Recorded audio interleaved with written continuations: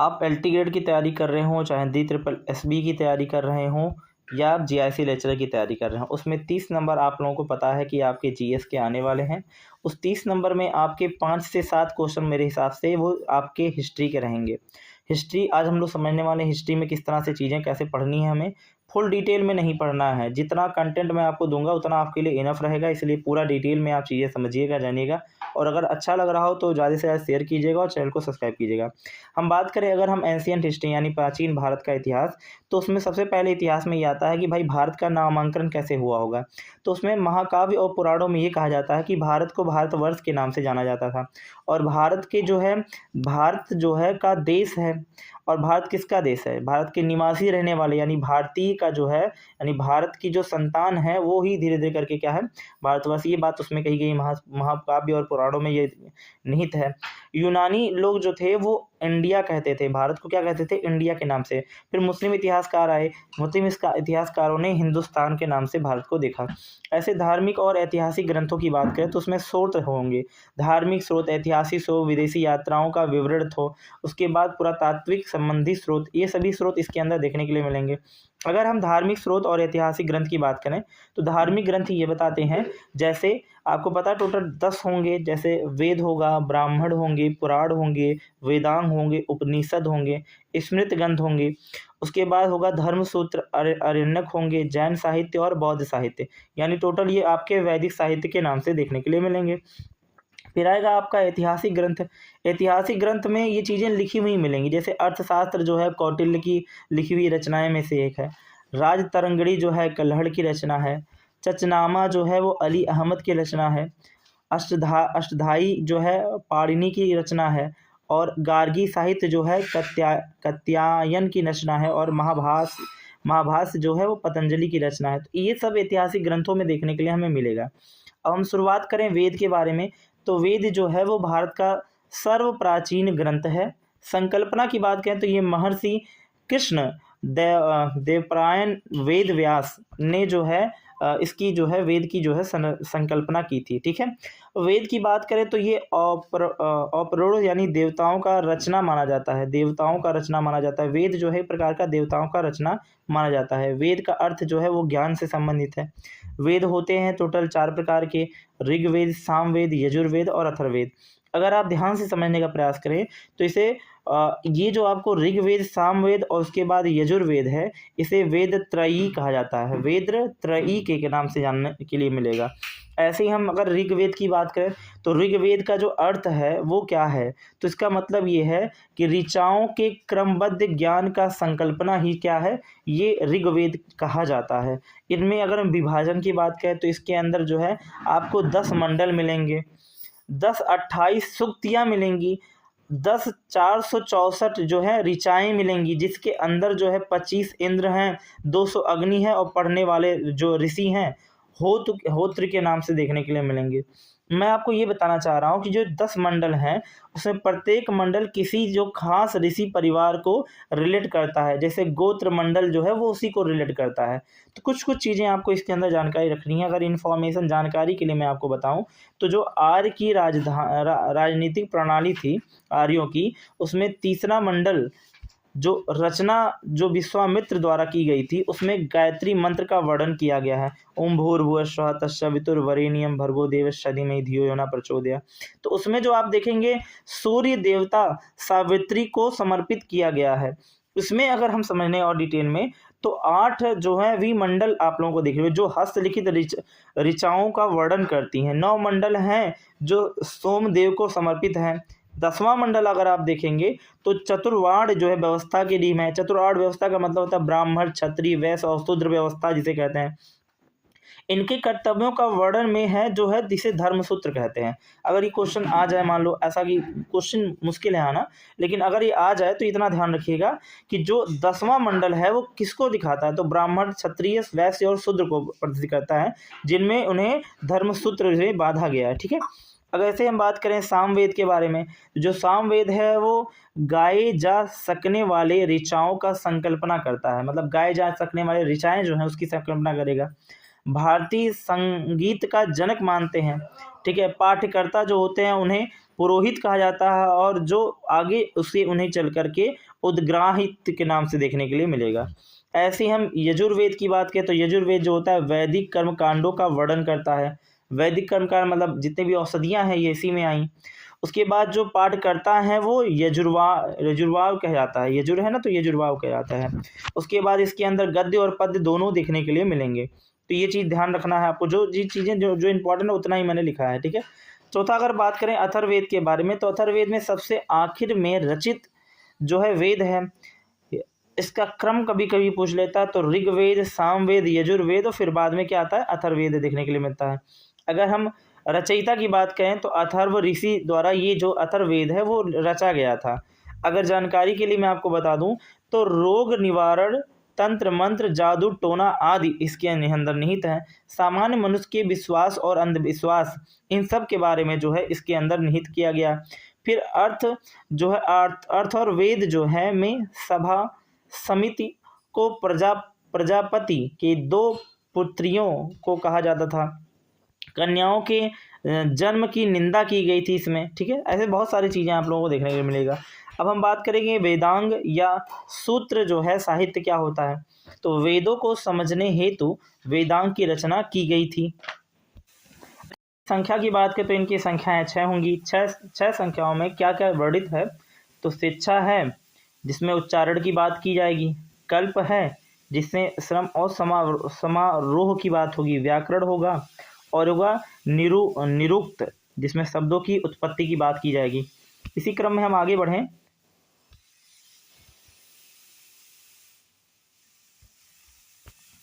तो हमें टोटल छंद और फिर उसके बाद ज्योतिषी भी देखने के लिए इसके अंदर मिलेगा। अगर हम बात करें पुराण के बारे में, तो पुराण जब आप देखेंगे तो इसमें भारतीय ऐतिहासिक कथाओं का सबसे अधिक क्रमबद्ध विवरण देखने के लिए मिलेगा।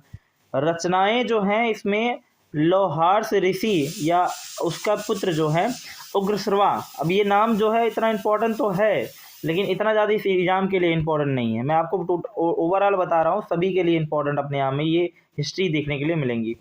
अधिकांश पुराण जो है वो संस्कृत श्लोकों में रचित हैं। पुराणों का पाठ जो है वो पुजारी करते थे। कौन करता था? पुजारी। स्त्री और शूद्रों को पुराणों का पाठ करने की अनुमति नहीं है, हालांकि वे इनके पाठों को सुन सकते हैं। अब देखिए पुराने प्रथाओं में क्या चीज़ें थी।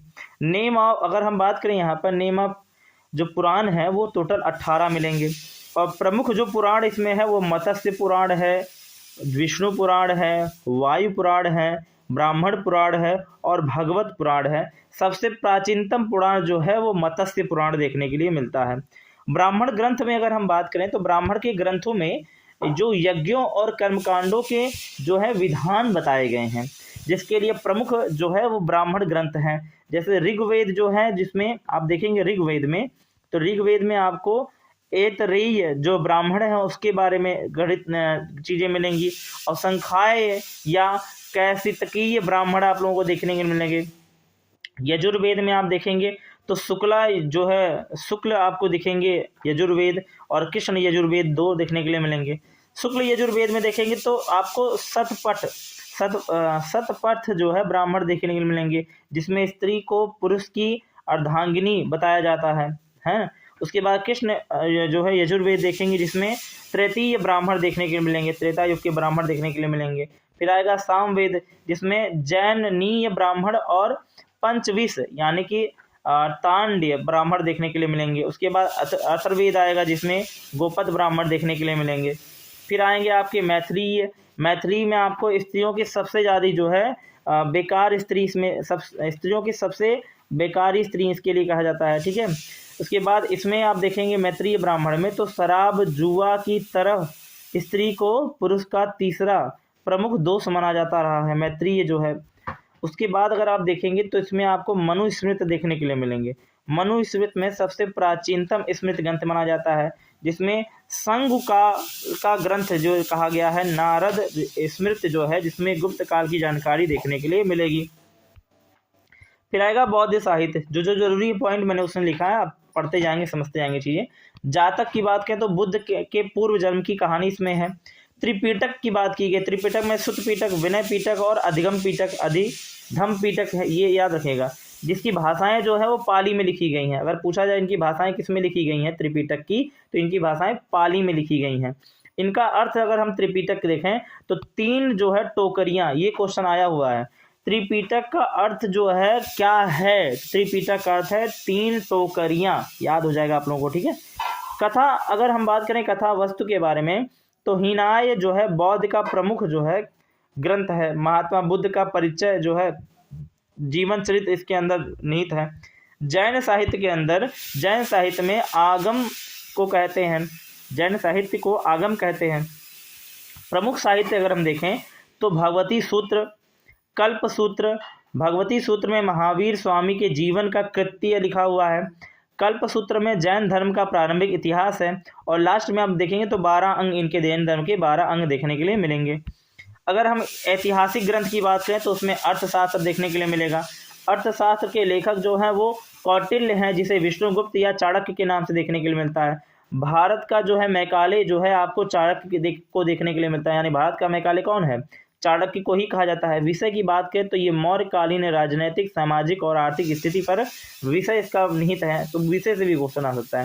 संरचना की बात करें तो इसमें आपको जो है 15 अधिकरण और 180 प्रकरण देखने के लिए मिलेगी। भाषा जो है उसके अंदर संस्कृत यूज की गई है।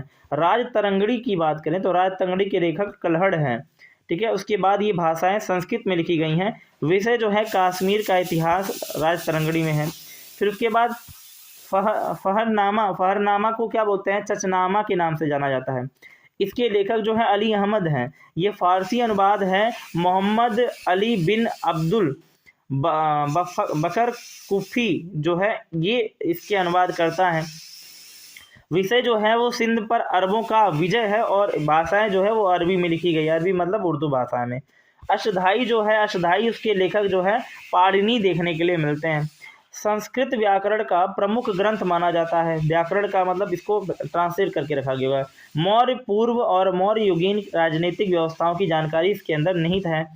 ऐसे हम गार्गी साहित्य की बात करें तो गार्गी साहित्य में लेखक का जो इसके हैं वो कात्यायन हैं।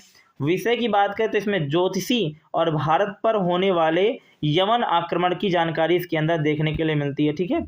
उसके बाद महाभाष्य जो है, महाभाष्य जो आप लोगों को देखने को मिलेगा, उसके लेखक जो है पतंजलि हैं, जिसमें शुंग वंश के संस्थापक जो है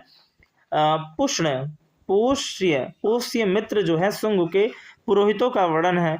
इसका विषय जो है शुंगों की जानकारी को बताना है। अब विदेशी यात्रा, मैंने जो ऊपर क्रम दिया था उसी क्रम में हम हैं।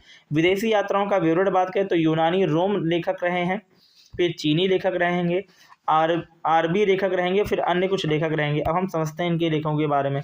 तो पहले यूनानी रोम लेखक देखें, ठीक है। देखिएगा टेसियस की बात करें तो टेसियस जो है वो ईरान का राजवैद्य था, ठीक है। टेसियस कौन था, ईरान का राजवैद्य था। फिर हेरोडोटस जो है इतिहास के जिनको पिता कहा जाता है, हेरोडोटस को, ठीक है। उसके बाद हिस्टोरिया नाम की एक जो बुक है वो उसने लिखी थी। क्या लिखी थी इसने, हिस्टोरिया नाम की एक बुक लिखी थी, ठीक है। ऐसे मेगास्थनीज हैं। मेगास्थनीज ने जो है ये याद रखेंगे, ये इंडिका नाम की एक बुक लिखी थी जिसमें मौर्यकालीन व्यवस्था का विवरण था। ये अगर हम बात करें ये कौन किस तरह से, ये तो सेल्यूकस निकोटर का राजदूत बना करके चंद्रगुप्त मौर्य के दरबार में में भारत आया था ये। उसके बाद हमारे पास जो आए हैं वो डारमेकस जो थे वो सीरिया के राजा जो थे एंटियोस जो थे उनका राजदूत बनकर के मौर्य शासन बिंदुसार के दरबार में आया था। ऐसे ही आपके पास उसके बाद आएंगे जो टॉलमी जो थे, क्लॉडियस टॉलमी, इसके जो है वो लेखक करता रहे हैं। भारत का भूगोल इन्होंने बताया था, जिसे नाम का पुस्तक जिसमें ज्योग्राफी ऑफ हिस्ट्री उसमें दिया था। उन्होंने बताया था कि किस तरह से अर्थ है और किस तरह से ये लोग किस तरह से चीज़ें कैसे करते हैं, दिशाओं का ज्ञान था। उसके बाद आए थे प्लिनी जो है उन्होंने एक बुक लिखी थी जिसमें है नेचुरल हिस्टोरिया, ये बुक लिखी थी। याद रखेंगे ये क्वेश्चन एक बार आया हुआ है और कहाँ आया है, ये पीसीएस में पूछा गया है, ठीक है। तो कुछ टर्म आप लोगों को याद रखने होंगे, ठीक है।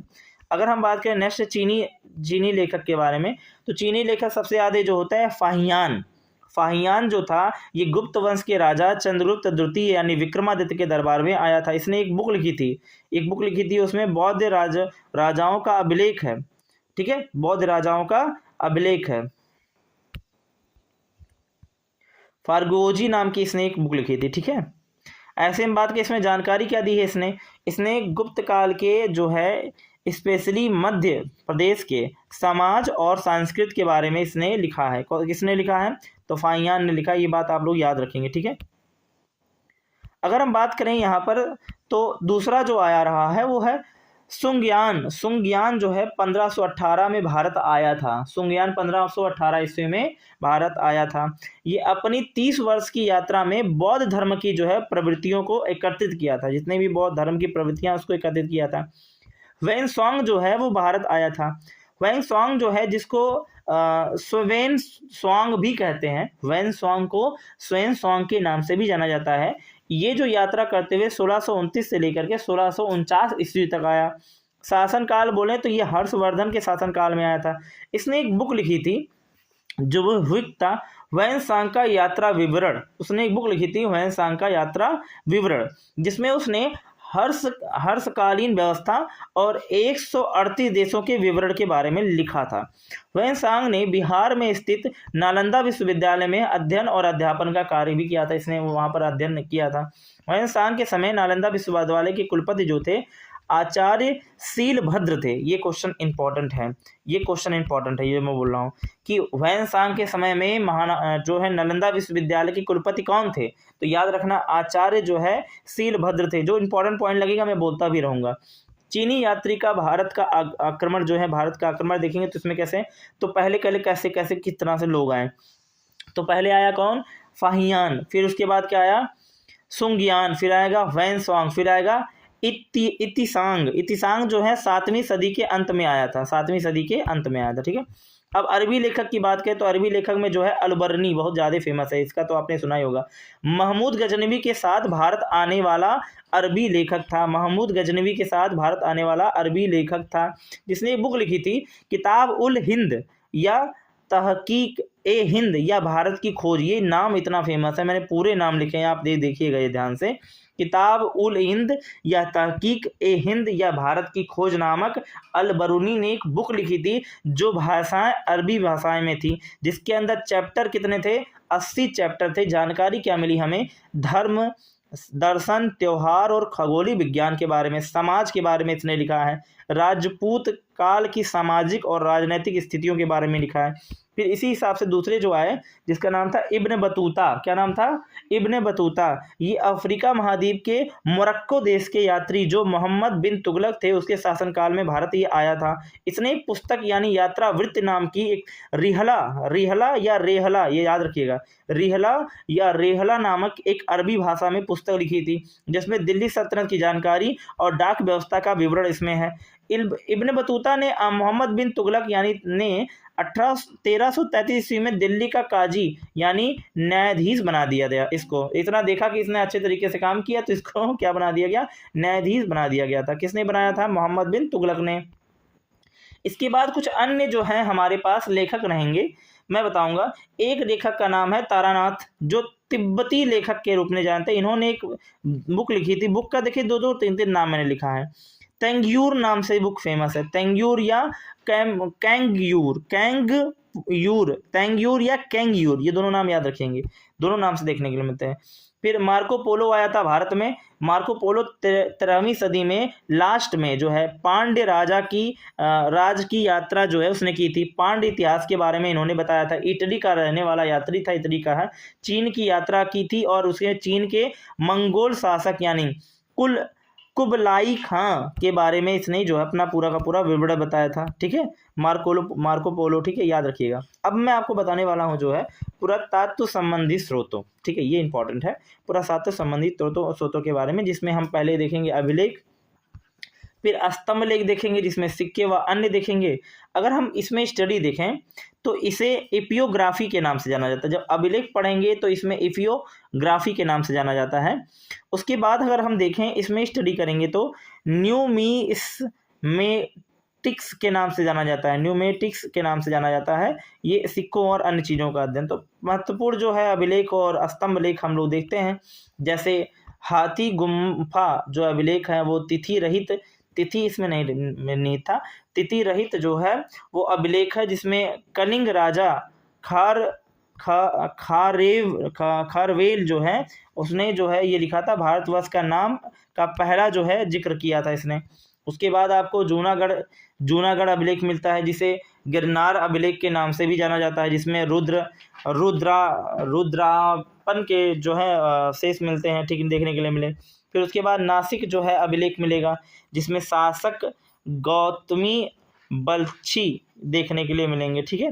इसके बाद आपको मिलेगा प्रयाग स्तंभ अभिलेख, जिसमें प्रयाग सत्ती देखने के लिए मिलेंगे, ठीक है। गुप्पा रूलर और उसके बाद समुद्रगुप्त के देखने के लिए मिलेंगे, उसमें चीज़ें दी गई हैं। फिर उसके बाद आप देखेंगे तो रेहोल अभिलेख देखने के लिए मिलेगा, जिसमें पुलकेशिन द्वितीय इसको बताए थे। फिर मंदौर का अभिलेख जो है यशोवर्मन, ग्वालियर का अभिलेख जो है प्रतिहार वंश के शासक, ये क्वेश्चन आया है, ठीक है, ग्वालियर के जो है ये। उसके बाद एक क्वेश्चन ये भी है, भीतरी अभिलेख या जूनागढ़ अभिलेख जो है गुप्त वंश के जो है रूलर यानी स्कंदगुप्त के समय में ये चीज़ें हुई थी, ठीक है। उसके बाद आता है देवपाणी अभिलेख, जो बंगाल शासन के विजय सेन के समय में। सिक्के की बात करें, सिक्के का प्रथम कैसे हुआ, क्वाइंस जिसे कहते हैं, तो प्राचीनतम सिक्के जो है वो हाथ सिक्के यानी कपाड़ सिक्के यानी पर्च, जिसे पंचमार्क सिक्का भी कहा जाता रहा है। इसमें सिक्के कैसे बने रहते थे, तो धातुओं के टुकड़े पर विशेष जो है थप्पा यानी मोहर लगाकर निर्मित किया गया था।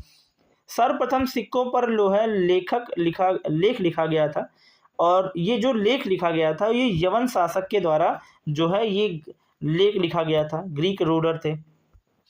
समुद्रगुप्त को देखें तो उसके सिक्के पर वीणा बजाती हुई दिखाई रही थी, यानी संगीत जो है प्रेमी था, इसलिए उसने ये चीज़ें बनाई रही होंगी। फिर उसके बाद आ रहा है अरिकामाडेव यानी पांडुचेरी के निकट है ये चीज़, इसमें जो है आपको रोमन के सिक्के मिलेंगे, प्राप्त होते हुए दिखेंगे। फिर सबसे पहले भारत से संबंध स्थापित किया था वर्मा ने, जिसमें सुवर्ण भूमि यानी वर्तमान म्यांमार इसे कहेंगे। उसके बाद मलाला यानी स्वर्ण द्वीप जिसे कहेंगे, कंबोडिया जिसे कंबोज के नाम से देखने के लिए, ज्वाला जिसे यवन देश के नाम से देखने के लिए मिलता है।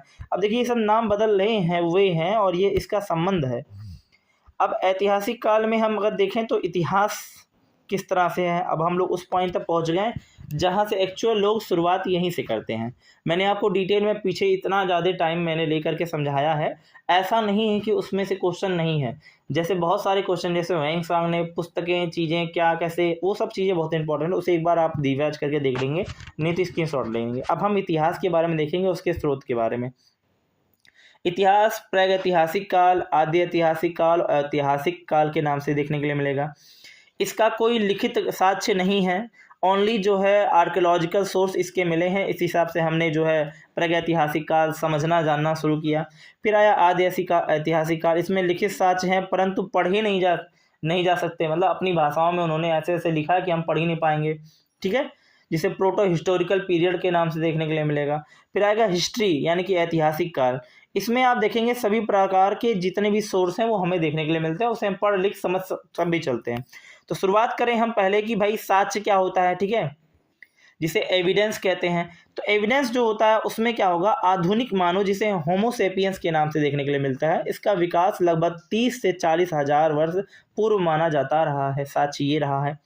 अगर हम और साक्ष्य में डिटेल में जाएं तो इसमें भारत का प्राचीनतम मानव कपि जो है, जिसमें श्वेत हिब्बन जो असम के रहने वाला है ये माना जाता है। देखिए डिटेल में मैंने रखी बातें, आप हो सकता है कुछ चीज़ें ऐसी मिली हैं आपको नया जो आपको पता ही नहीं चले, तो ये चीज़ देखेंगे। जैसे भारत का प्राचीन जो मानव है वो कपि कौन है, जिसका नाम है श्वेत हिब्बन, असम का रहने वाला, असम में, ठीक है। ऐसे ही हम बात करें भारत में मानव का पहला प्राण जो है वो क्या था, वो नर्मदा घाटी थी। कौन सी घाटी, नर्मदा घाटी थी। रॉबर्ट ब्रूस जो है, रॉबर्ट ब्रूस फुट इसका नाम है, भारत में पहला पुरातत्वकालीन औजार खोज करता था। मतलब पहली बार में रॉबर्ट ब्रूस फुट जो था भारत का पहला जो है पुरापाषाणकालीन औजार खोज करता था। इसने हेडेक्स और 1863 में पलवरम का खोज किया था। ठीक है, अगर हम और देखें तो पाषाण काल मिलेगा, जिसे स्टोन एज कहते हैं। ये 3 तरीके के होंगे, पूरा पाषाण, मध्य पाषाण, नवपाषाण काल। ठीक है, ऐसे हम बात करें अगर हम, तो मानव जो है वो इस पूरा पाषाण काल में अखेट संग्रह करता था, जिसमें आग का खोज हुआ था, आग का आविष्कार हुआ था। मध्य पाषाण काल की बात करें तो इसमें पशुपालन से संबंधित साक्ष्य देखने के लिए मिलेंगे, जिसमें मध्य प्रदेश के आदमगढ़ में, राजस्थान के बांगोर जिले में, ठीक है, बांगोर में। ऐसे नवपाषाण काल में पहिए का आविष्कार, कृषि का आविष्कार, स्थानीय पशुपालन और अस्थायी निवास सॉरी ये सब चीज़ें आप लोगों को देखने के लिए मिलेंगी। अगर हम कृषि और औजार की बात करें तो कृषि में मतलब आविष्कार क्या होंगे, तो नवपाषाण काल में ही कृषि का जो है वो और औजारों का जो है अच्छा विवरण देखने के लिए मिलेगा। इसमें अगर आप देखेंगे तो चावल का प्रारंभ साक्ष्य कोल्हाडीहा जो यूपी में है वहाँ से देखने के लिए मिलेंगे, यानी चावल का साक्ष्य कहाँ से आया, कोल्हाडीहा से आया, यूपी से। इसके बाद आपको टूस देखने के लिए मिलेंगे, यानी स्टोन, यानी तो इसके अंदर टूस जो मिलेंगे वो पत्थर और तांबे मिलेंगे। कौन मिलेंगे, पत्थर और तांबे मिलेंगे। पहला औजार जो था वो हस्त कुठार था, जिसे कुल्हाड़ी कहते हैं। साक्ष्य क्या मिला है, पलवरम में मिला है, अतिरम पक्कम, याद रखिए, पलवरम और अतिरम पक्कम। अब ये पक्कम वक्कम जितने भी हैं सब केरल या तमिलनाडु के जगह के ही हैं, मतलब हमें कहाँ साक्ष्य मिले होंगे, कुल्हाड़ी के। और उसके बाद जो है पहला औजार अगर हमें मिला होगा तो कहाँ से मिला होगा, केरल और तमिलनाडु के पास। तो ये जो पल्लवरम या अतिरम पक्कम जो है इस जगह पर आपको साक्ष्य मिलेंगे पहले औजार के।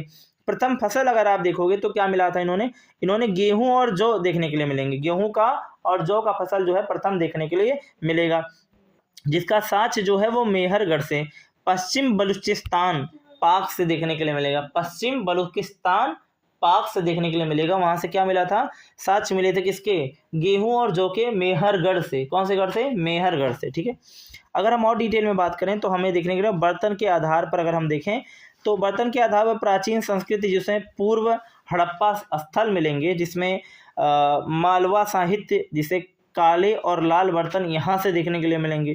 फिर आपको दिखेगा बुजर्म होम, जिसे धूसर जो आप लोगों को देखने को मिलेंगे।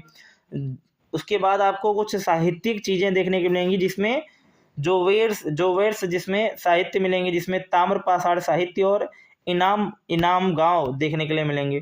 फिर आपको ऐसे ही तरीके से देखें तो आपको बेसन नगर, जिसे विदेशी या गरुड़ स्थल देखने के लिए मिलेगा, जिसमें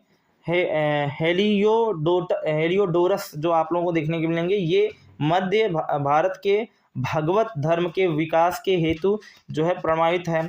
इसके बाद आप लोगों को मिलेगा एरल अभिलेख, जिसमें भानुगुप्त जो है वो देखने के लिए मिलेंगे। इसमें सती प्रथा का पहला जो लिखित साक्ष्य देखने के लिए मिलता है। ठीक है, इसके बाद आप लोगों को एरिया जो है माइनर,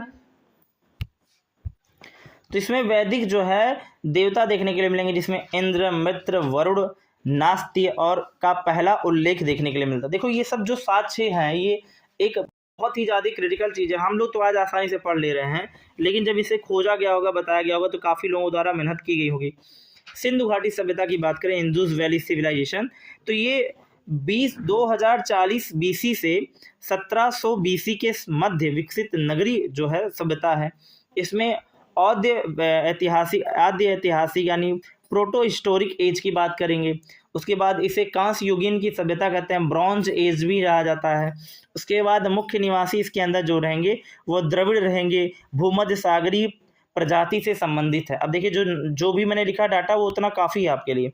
इसके बाद नामांकन की बात करें या खोजकर्ता, तो नामांकन जो आप लोग देखने के लिए मिलेंगे वो दयाराम साहनी। ठीक है, तो इंदुस वैली सिविलाइजेशन के नामांकन में सबसे ज़्यादा नाम आता है दयाराम साहनी का। ठीक है, अब आप देखेंगे तो राय बहादुर दयाराम साहनी, पूरा नाम इनका क्या है, राय बहादुर दयाराम साहनी, लेकिन हम बार बार नाम क्या लेते हैं, दयाराम साहनी। तो इनका पूरा नाम क्या है, राय बहादुर दयाराम साहनी। ये 1921 में रावी नदी के किनारे हड़प्पा नामक स्थान से खोज की थी।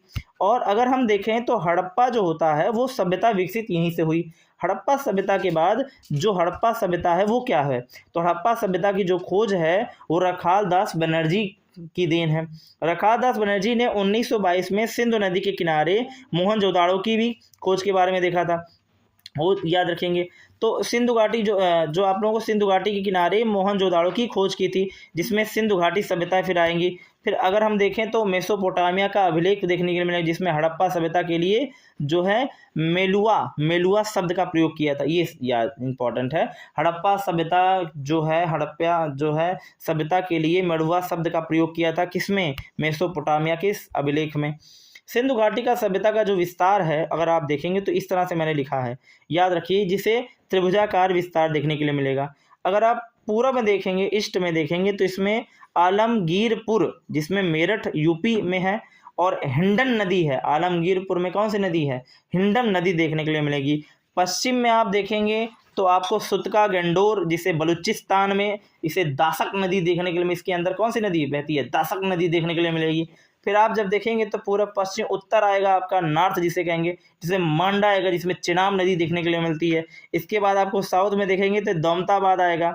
दौमताबाद जो होता है वो महाराष्ट्र की गोदावरी नदी से देखने को मिलती है। तो याद ऐसे रखेंगे आप, ईस्ट में आपका हिंडन नदी और वेस्ट में आपका दासक नदी, उसके बाद आपका जो नॉर्थ है उसमें मांडा, और साउथ में आपका गोदावरी नदी। ये आप लोगों को इंपॉर्टेंट है, इसे आप फैक्टर याद रखेंगे। मैंने यहाँ मैप में भी चीज़ें रखी हुई हैं, तो देख सकते हैं आप।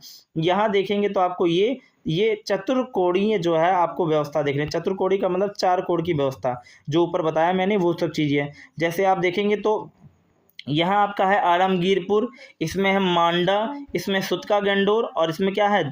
दामताबाद। ठीक है, तो मैंने ऊपर बताया ही है। अगर आप देखेंगे हड़प्पा सभ्यता, तो ये एक नगरी की सभ्यता है। इसमें एनसीईआरटी में ये 7 जो है बड़े नगर देखने के लिए मिलेंगे, ऐसे लिपियां उसके अंदर लिखी हुई हैं। 6 बड़े नगर जो देखने के लिए मिलेंगे, जिसे मोहनजोदाड़ो, हड़प्पा, जिसमें गडेरी जो है वाला, उसके बाद धौलावीर, उसके बाद राखीगढ़, उसके बाद कालीबंगा। इसमें जो इसकी लिपि है यानी स्क्रिप्ट जो देखने के लिए मिलेंगी, वो भाव चरित्र लिपि है। मतलब आप देखेंगे तो आप भावुक हो जाएंगे ऐसे तरीके से ना। इसे अभी तक पढ़ा नहीं जा सका, दाएं से बाएं लिखी गई है, दाएं से बाएं लिखी। अब देखिए ऐसे ऐसी लिपि है, आप पढ़ पा रहे हैं? देखिए, देख कर ही देखिए, पढ़ पा रहे हैं? ऐसे नहीं, इसी तरह से लिखी गई है, इसलिए कोई पढ़ ही नहीं पाता है, हम लोग के लैंग्वेज से परे है। प्रमुख स्थल की बात करें तो हड़प्पा किस नदी पर है? रावी नदी पर। किसने खोज किया? जो है खोजकर्ता कौन है? दयाराम साहनी खुदाई करता है। ये चीज़ें सीखे। मधोस्वर वस्य जो है, ये इनके नाम थोड़े से कम फेमस है, दयाराम साहनी का थोड़ा ज़्यादा है। ठीक है, मधोस्वरूप वस्य, ये 1921 में पाकिस्तान के जो है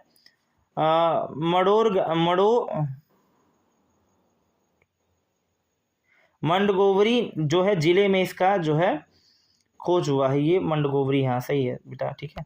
इसके बाद जो है मोहनजोदाड़ो जो है वो सिंधु नदी पर है। खोजकर्ता रखालदास बनर्जी 1921 में, ये तो 22 में, याद रखेंगे आप। पाकिस्तान की जो है सिंध प्रांत में जो है लरकाना ज़िले में इसका जो है साक्ष्य देखने के लिए मिलता है पाकिस्तान के। ठीक है, इसके बाद आएगा चनहुदड़ो, जो कि चनहुदड़ो सिंधु नदी पर है, जिसमें इसके जो आपके देखने के लिए मिलेंगे वो गोपाल मजूमदार 1931 में मिलेंगी, जिसमें सिंधु है और ये पाकिस्तान। कालीबंगा जो है वो घंगर नदी, यानी जिसे घंगर नदी में है। उसके बाद जो है अमलानंद घोष जो है इसके जो है खोजकर्ता या जो वो है। उसके बाद 1953 में ये हुआ था। उसके बाद यह हनुमानगढ़ जिले यानी राजस्थान में देखने के लिए इसके साक्ष्य मिलेंगे। 5वां जो है रंगपुर, जिसमें मादर नदी है, और रंगनाथ राव, और 1900, अब देखिए ये चीज़ थोड़ा सा ज़्यादा कम है, आसपास है, देख लीजिएगा आप लोग। गुजरात में इसके देखने के लिए मिलेंगे साक्ष्य जो है। इसके बाद जो है कोट दीजी जो सिंधु नदी पर, उसके बाद इसके जो है फजल अहमद और सिंध प्रांत में है। लोथल जो है उसमें भोगवाड़ा, जिसमें रंगनाथ राव, वही ऊपर वाले, ठीक है, यही वाले। उसके बाद इन्होंने गुजरात में इसके साथ। रोपड़ मिलेगा जो सतलुज जो है नदी पर, यज्ञदत्त शर्मा, या पंजाब में मिलेगा। आलमगीरपुर जो है वो हिंडन नदी पे है, और यज्ञदत्त शर्मा मेरठ में इसके साक्ष्य देखने के लिए मिलेंगे। फिर धौलावीरपुर, इसके खोजकर्ता जो हैं ये जगपति जोशी हैं। ठीक है, और खुदाई जो थी वो किसने की थी? रविंद्र सिंह बिस्त, जो ऊपर मैंने ये क्रम जो है वो खुदाई का क्रम है, याद रखिए कि खुदाई किसने कराया था। खोजकर्ता जो है जगपति जोशी हैं। धौलावीरपुर जो है उसकी खोजकर्ता, धौलावीरा की खोजकर्ता जो है वो जगपति जोशी हैं, और खुदाई जो थी रविंद्र सिंह बिस्त ने की थी। 1920 से 1921 कच्छ जिला गुजरात में हुआ था। अब इंदुस वैली सिविलाइजेशन की विशेषताएं देखें तो ये नगरी विशेषताएं इसकी क्या रही हैं कि ग्रिड पद्धति पर निर्मित जो है नगर थे। इसमें अंदर ग्रिड पद्धति क्या होता है, जैसे रास्ता था, ये चारों तरफ से रास्ताएं रखते थे, इधर से सब जगह, तो ग्रिड पद्धति है। सुव्यवस्थित जल निकास व्यवस्था थी। जल निकास में मतलब व्यवस्थाएं, नाली एकदम अंडरग्राउंड और अच्छी थी। पक्की और जो है अलाकृति जो है ईंटें थी। कालीबंगा का प्रयोग, इसमें कालीबंगा का प्रयोग किया था इन्होंने। घरों की दीवारों पर खिड़कियों मुख्य सड़कों की ओर खुल करके पीछे की ओर खुलती थी। मान व्यवस्थाएं इतनी अच्छी थी, परंतु लोथल जो है गुजरात में दरवाजे मुख्य सड़कों की ओर खुलते थे। शहर जो है और निम्न भागों की वर्गीकृत थे। उसके बाद आप देखेंगे तो उच्च भाग जो था किलेबंदी का था। कालीबंगा में दोनों भागों का जो है किलेबंदी देखने के लिए मिलेगा। धौलावीरा जो है वो गुजरात में है, जिसका विभाजन 3 भागों में हुआ, अपर, मिडिल, लोअर में, ठीक है। इसके बाद महान स्नानगार जो है वो किस तरह से था, तो उसमें लंबाई जो थी 11.88 और चौड़ाई 7.01 मीटर की थी, और गहराई जो थी 2.43, मतलब इतना अच्छा खासा व्यवस्था इनका था। कृषि और पशुपालन की बात करें तो कृषि और पशुपालन में जुते हुए खेत थे कालीबंगा के। हल में जो है फॉल लकड़ी का प्रयोग था। जुताई रूपी गहराई थी और उत्पादन जो है रूम था। हड़प्पा सभ्यता में जो है लोहे का ज्ञान नहीं था, इसमें लोहे का ज्ञान नहीं हुआ था। प्रमुख फसलें जो थी गेहूं आपका और जौ थी। लोथल और रंगपुर में चावल के साक्ष्य भी देखने के लिए मिलते हैं। लोथल और रंगपुर में चावल के साक्ष्य भी देखने के लिए आपको मिलते हैं। सिंधु घाटी सभ्यता की सबसे बड़ी इमारत अगर देखें तो अन्नाना गार, याद रखेंगे, अन्नाना गार जो है वो देखने के लिए मिलेगा, जिसमें अन्न यानी अनाज रखने के लिए बड़े गोदाम बनाए थे और इसमें अधिशेष उत्पादन था। मोहनजोदाड़ो में इसके साक्ष्य मिलते हैं। पशुपालन की बात करें तो इसमें बैल, भैंसे, घोड़े के जो है वो प्रथम सुरकोट्टा और कालीबंगा लोथल से देखने के लिए मिलेंगे। घोड़े के साक्ष्य यहाँ से देखने के लिए मिलते हैं, ठीक है। अब देखिए ये चीज़ पूछा गया है बीपीएससी में 2023 में जो है ये क्वेश्चन पूछा गया था। देखिए क्वेश्चन का लेवल मतलब कहीं से भी कर सकता है, आप समझ में रहेंगे। बीपीएससी में 2023 में पीसीएस के जो एग्ज़ाम हैं उसमें जो पूछा गया था, घोड़े के साक्ष्य सिंधु घाटी सभ्यता में नहीं मिलते। घोड़े के साक्ष्य जो है वो सिंधु घाटी सभ्यता में नहीं मिलते, ठीक है, ये बात याद रखिएगा, ठीक है। अब यही चीज़ है, अब आपसे क्वेश्चन पूछ लिया है और आप लगा कर आ जाएंगे, ठीक है, क्योंकि घोड़े के साक्ष्य जो है वो मिल रहे हैं सुरकोट्टा और कालीबंगा लोथल से। धार्मिक स्रोत की बात करें, धार्मिक विशेषता की बात करें तो स्पष्ट जानकारी का अभाव है, इसलिए अच्छे से नहीं है। मंदिर के अवशेष नहीं मिले। मृत देवी जो है वो और उर्वरता की देवी की पूजा की थी। जो मातृ जो है सत्तात्मक समाज थे और स्त्री मूर्ति की संख्या ज़्यादा थी, स्त्री मूर्तियाँ की संख्या ज़्यादा थी। वृक्ष जो है पूजा किए जाते थे। शिव पूजा के साक्ष्य देखने के लिए मिलते हैं, जिसमें जो है पशुपति के रूप में जो है आपको दिखेंगे कुबड़ वाला सांड देखने के लिए मिलेगा, जिसकी पूजा होती थी। मोहनजोदाड़ो में जो है वो दाढ़ी वाला पुजारी की मूर्ति है, ठीक है, वहाँ पर देखने के लिए मिले। उसके बाद आपको पशुपति नाथ के जो है मुहर आप लोगों को देखेंगे, जिसे मोहनजोदाड़ो थे। इसके चारों ओर हाथी और गैड़ा और चीता का चित्र है। कालीबंगा में अग्निकुंड देखने के लिए मिलेगा और स्वास्तिक चिन्ह जो है, स्वास्तिक का जो चिन्ह है वो ये सही माना जाता है, ठीक है, याद रखेंगे, ये स्वास्तिक का चिन्ह असली है। सूर्य का जो है उपासन इसके अंदर देखने के लिए मिलेगा। तो अब स्वाधान की बात करें तो स्वाधान किस तरह से रहा होगा। स्वाधान में शवों को जलाना ज़्यादा था, जो मोहनजोदाड़ो में है, और शवों को दफनाना जो है वो हड़प्पा सभ्यता में था। युग्म जो है समाधि जो है लोथल और कालीबंगा के लिए में देखने के लिए मिलेगा। यानी अलग अलग देखिए, मैंने सभी प्रथाओं मतलब जो इंदुस वैली सिविलाइजेशन है जिसके अंदर जितने सोर्स मैंने थे वो सब के बारे में डिस्कस कर रहा हूँ। मोहनजोदाड़ो, हड़प्पा, उसके बाद लोथल, कालीबंगा, सब के बारे में एक सीरीज से, टाइम को भी आपका बचा रहा हूँ। ऐसे में बात करें यात्रा के बारे में तो लोथल जो था और सुतका गंडोर में बंदरगाही व्यवस्था थी। बैलगाड़ी और प्लस जो है भैंसा गाड़ी, इन दोनों की यात्रा प्रवृत्ति। समाज की बात करें तो ये पर्दा प्रथा थी। मोहनजोदाड़ो में कांसों की बनी नर्तक की मूर्ति जो है देखने के लिए मिलेगी।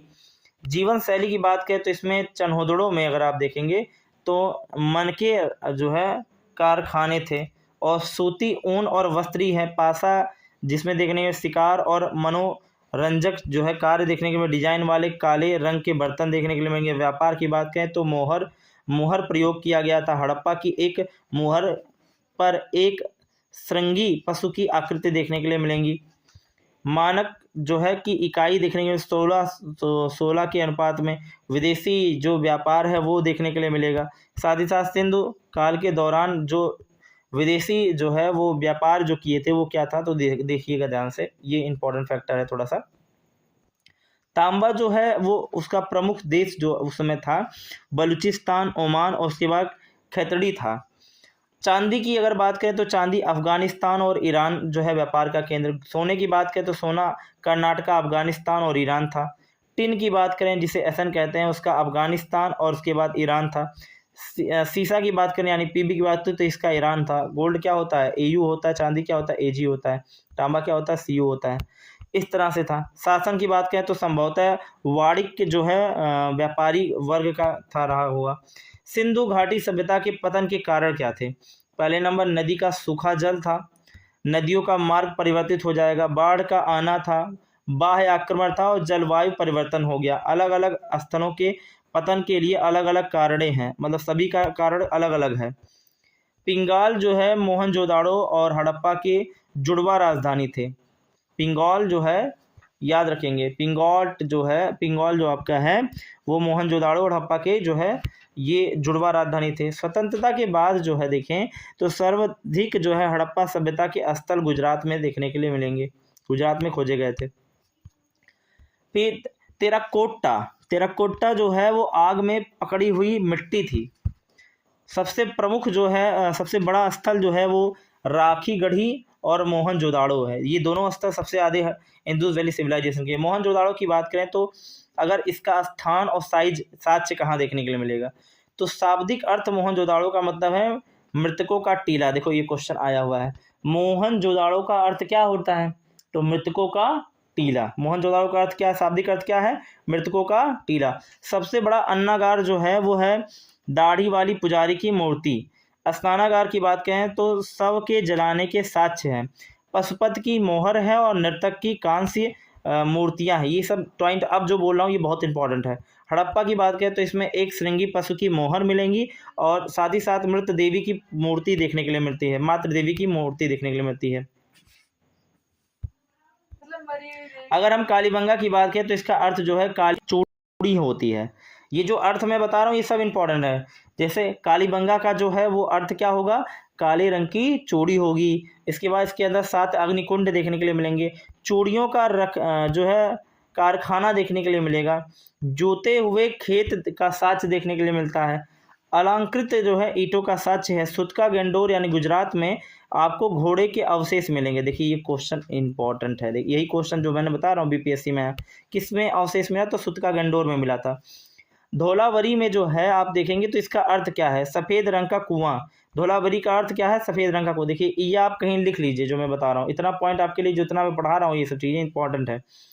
बांध है इसके अंदर और स्टेशन, जलाशय और साई बोर्ड इसके अंदर देखने के लिए मिलेगा। लोथल की बात करें तो लोथल जो है वो बंदरगाह है।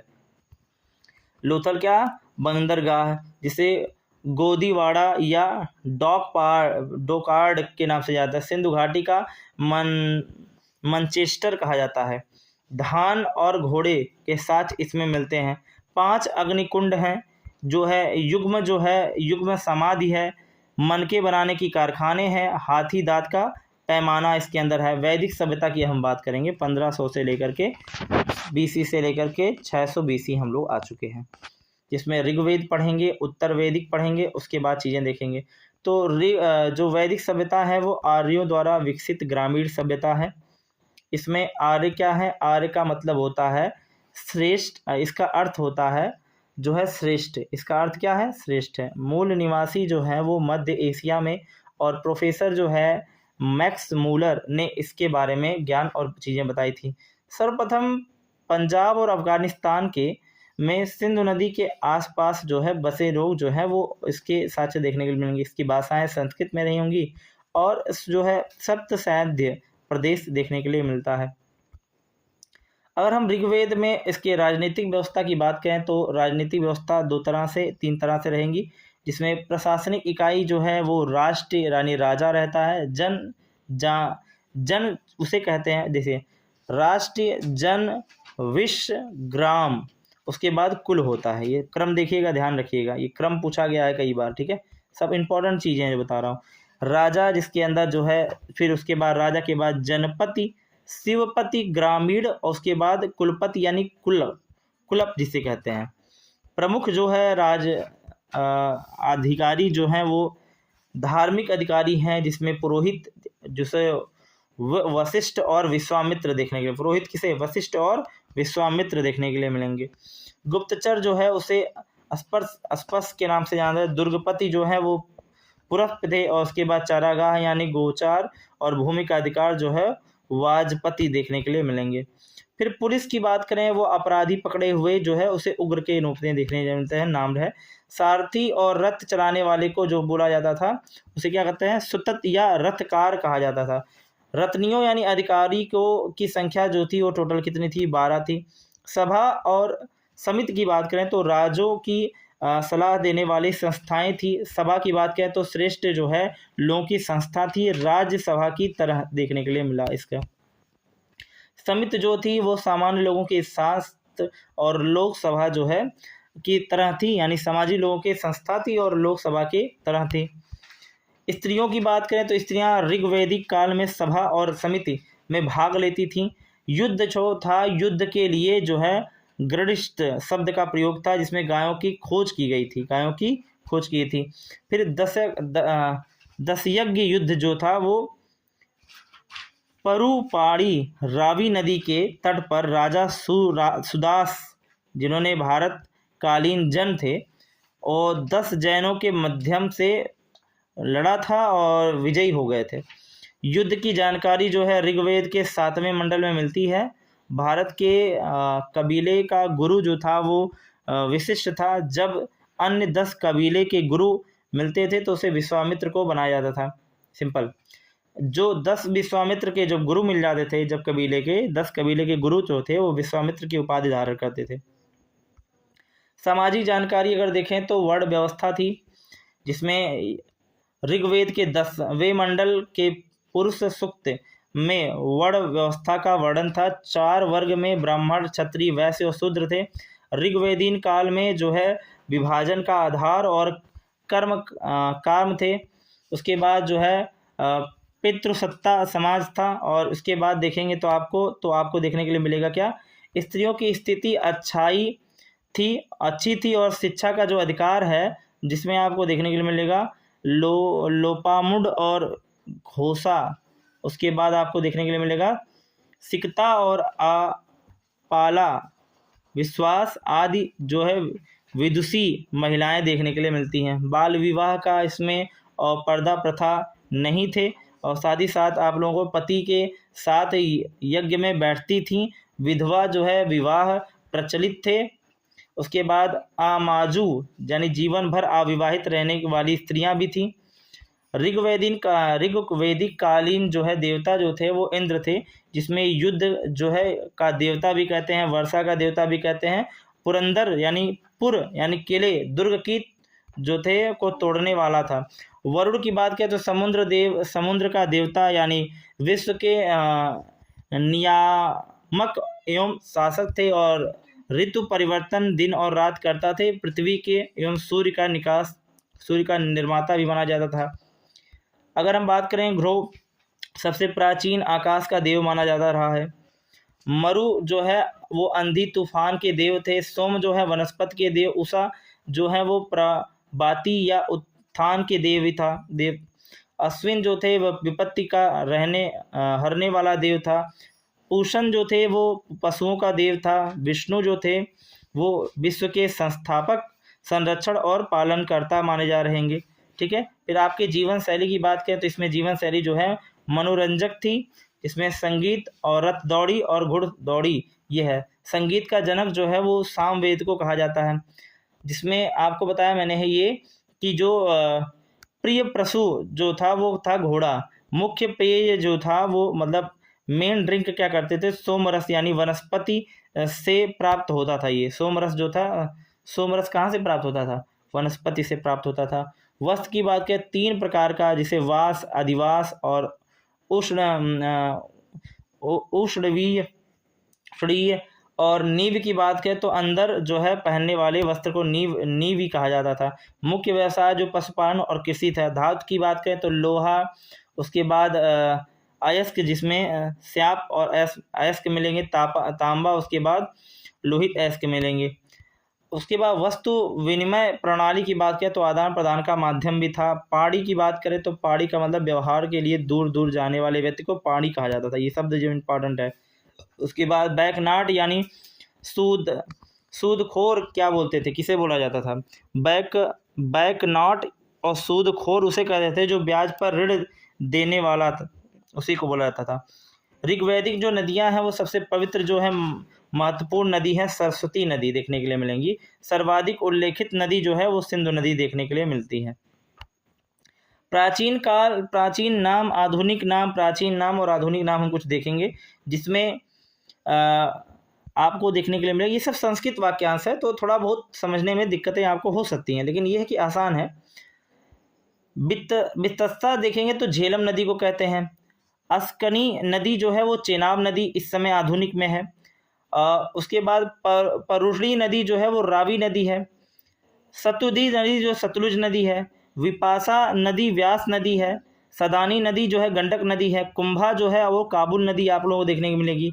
गोमती नदी जो है गोमल हो गई है। क्रीमु नदी जो है कुर्म हो गई है। और दृश्यदूती नदी घंगन हो गई है। उसके बाद वस्तु नदी जो है सुवात नदी देखने के लिए मिलती है। ये सभी नाम इसके हैं। उत्तर वैदिक काल में हम आ चुके हैं। उत्तर वैदिक काल जो शुरुआत हुई थी वो 1000 BC से 600 BC देखने के लिए मिलती है। इसमें इंद्र के स्थान पर प्रजापति मुख्य देवता हो गए। कौन हो गए, प्रजापति हो गए। राजा के राजाभिषेक के समय राजसूय यंत्र का अनुष्ठान किया गया था। और व्यवस्था की बात करें तो वर्ण व्यवस्था का आधार कर्म यानी व्यवसाय के स्थान पर जन्म हो गया। हल को सिर, हल से नहीं बनी रेखा को सीता कहा जाता था। फिर से ये वर्ड बहुत इंपॉर्टेंट है। हल को क्या कहा जाता था, सिर कहा जाता था। हल से बनी रेखा को सीता कहा जाता था, याद रखेंगे। निष्ठ जो है वो स्वर्ण आभूषण था। निष्ठ एवं सतमान जो है एक प्रकार का क्या था, स्वर्ण आभूषण था। गोत्र की बात करें तो गोत्र नामक संस्था का जन्म जो है उत्तर वैदिक काल में हुआ था। उत्तर वैदिक काल में जो है कौशाम्बी नदी के प्रथम बार पकी हुई ईंटों का प्रयोग किया गया था कौशाम्बी नदी में। अगर हम देखें ध्यान से, अब क्या चीज़ें मैं बताने जा रहा हूँ, तो देखो कुछ बच्चे हैं जो BC AC में, देखो AD की बात करें तो ईसा मसीह के जन्म से पहले, इससे पीछे की घटना जो है घटते हुए क्रम में, इसे कहा जाता है बिफोर क्रस्ट यानी BC कहा जाता है। BCE का मतलब होता है बिफोर कॉमन इरा। फिर बढ़ते हुए क्रम में देखेंगे जिसे AD कहते हैं, जिसे एनोन डोमिना कहा जाता है, एनोन डोमिना कहा जाता है, या ACE बोला जाता है, जिसे एनोन कॉमन इरा बोला जाता है। ईस्वी के नाम से देखने के लिए मिलेंगे। इसे ईसा मसीह के वर्ग में, इसे ईसा पूर्व बोलेंगे और इसे ईस्वी बोलेंगे। मुझे लगता है ये समझ में आ रहा होगा। ठीक है। AD और 100, मतलब अगर 100 AD लिख दे तो समझ लो ईसा पूर्व में चले गए, 100 BC लिख दे तो समझ लो कि ईसा मसीह के वर्ष से पहले चले गए। ठीक है। तो मुझे तो आई होप आप इतनी बातें समझ में आ गई होगी किस तरह से है। इसके बाद का जो वीडियो रहेगा नेक्स्ट टाइम आप लोगों को बताया जाएगा। आई होप आपको वीडियो पसंद आ रहा होगा। अगर वीडियो पसंद आ रहा है तो प्लीज़ चैनल को सपोर्ट कीजिएगा और ज़्यादा से ज़्यादा चैनल को शेयर कीजिएगा। धन्यवाद। जय हिंद।